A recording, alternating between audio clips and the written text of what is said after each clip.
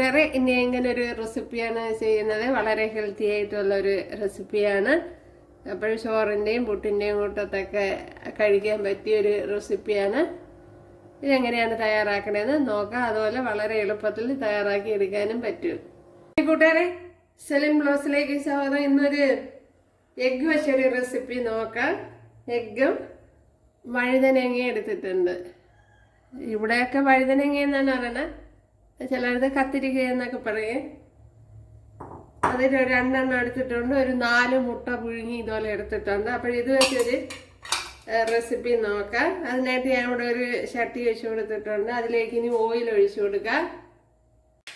ഇവിടെ ഓയിൽ ഒഴിച്ചു കൊടുത്തിട്ടുണ്ട്. കടുക് പൊട്ടിയിട്ടുണ്ട്. അതിലേക്ക് ഒരു ചെറിയൊരു പീസ് ഇഞ്ചി ഇടാം.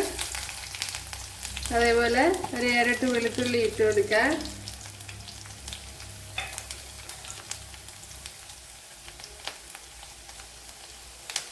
ഇത് 3 പച്ചമുളക്, 2-3 വറ്റൽമുളക് ഇതുപോലെ കട്ട് ചെയ്തിട്ട് കൊടുത്തിട്ടുണ്ട്.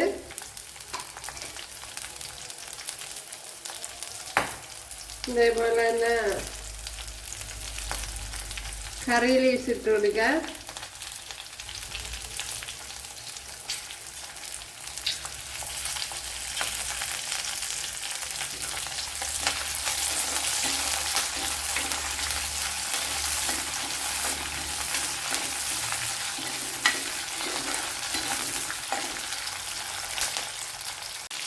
ഇതിലേക്ക് ഒരു സവാള ഇട്ട് കൊടുത്തിട്ടുണ്ട്.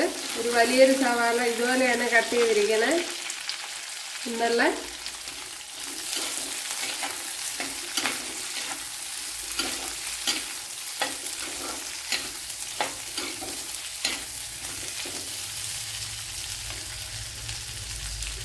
ഇതിലേക്ക് ഞാൻ ഉപ്പിട്ട് കൊടുക്കാം.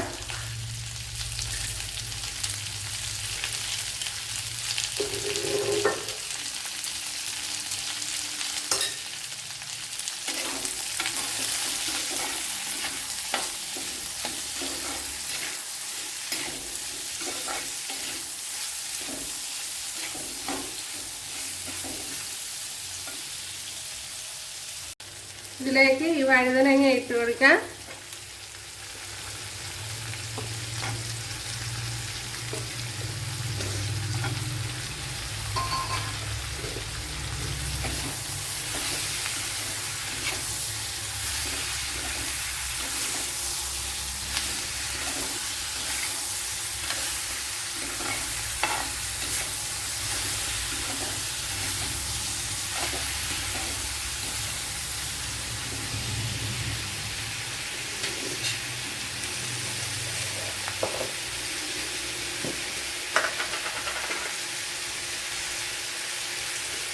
वन ടീസ്പൂൺ മുളക് പൊടി ഇട്ട് കൊടുക്കാം.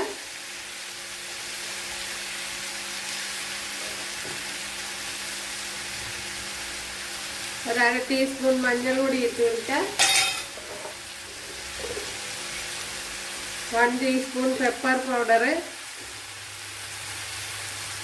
നല്ല ചതച്ചാണ് ഇട്ട് കൊടുത്തത്.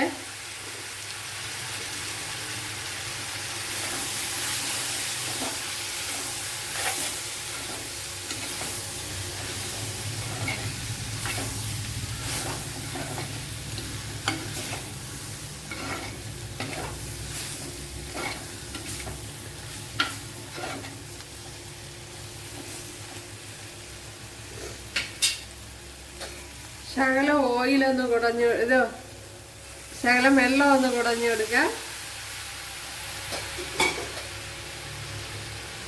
ഇനി ഇതൊന്ന് അടച്ചു കൊടുക്കാം.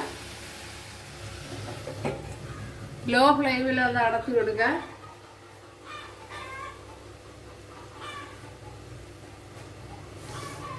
ഇവിടെ ഇപ്പോൾ നല്ലപോലെ വെന്ത് വന്നിട്ടുണ്ടല്ലോ, കണ്ടല്ലേ.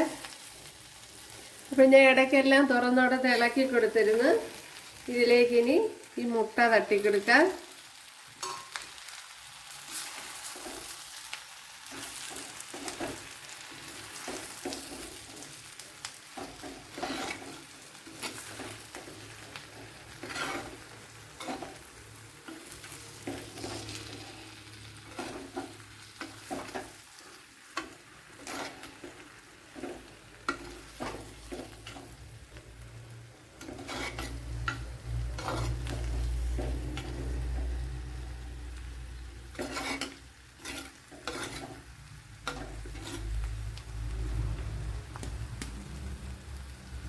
ഇനി ഒന്ന് അടച്ചു കൊടുക്കാം.